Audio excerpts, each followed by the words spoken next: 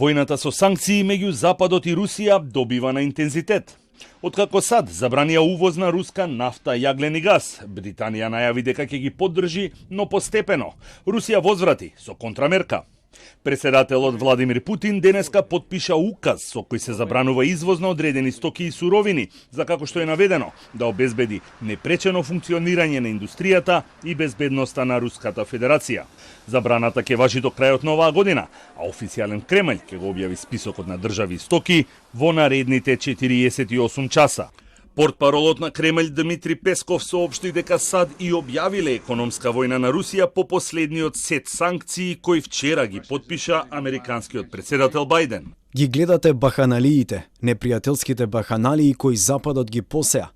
Тоа ја отежнува ситуацијата и не принудува сериозно да размислуваме. САД дефинитивно и објавија економска војна на Русија и војуваат. Ако ме прашувате што ќе направи Русија, Русија ќе го направи она што е неопходно за да ги брани своите интереси. Европската унија денеска соопшти дека ја проширува црната листа на руски олигарси и функционери, чии сметки ќе бидат замрзнати и дека ја зајакнува контролата врз трансферите на криптовалути. А на удар се најдоа и 3 банки во Белорусија кои ќе бидат исклучени од SWIFT системот поради поддршката на Минск на воената агресија. Унијата нема да го следи чекорот на САД и нема да го забрани увозот на нафта и газ од Русија, пред се поради целосната зависност од овие руски енергенси. Во Унијата се бара преодно решение и се забрзува процесот на префрлање кон обновливите извори на енергија за да се намали зависноста од Русија. Now, we will take it to the next level. By the end of this year, we can replace 100 BCM of gas imports from Russia. That is 2/3 of what we import from them. This will end our over-dependency and give us much needed room to maneuver. 2/3 by the end of this year.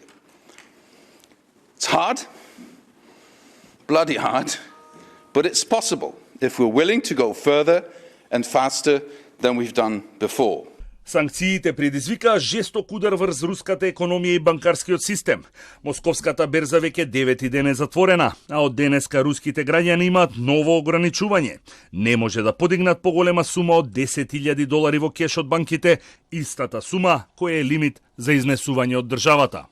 До сега над 290 корпорации и глобални фирми и брендови кои вработуваат десетици илјади луѓе објавија дека запираат со работа во и со Русија, а последни во низата се Кока-Кола, Пепси и Хајнекен.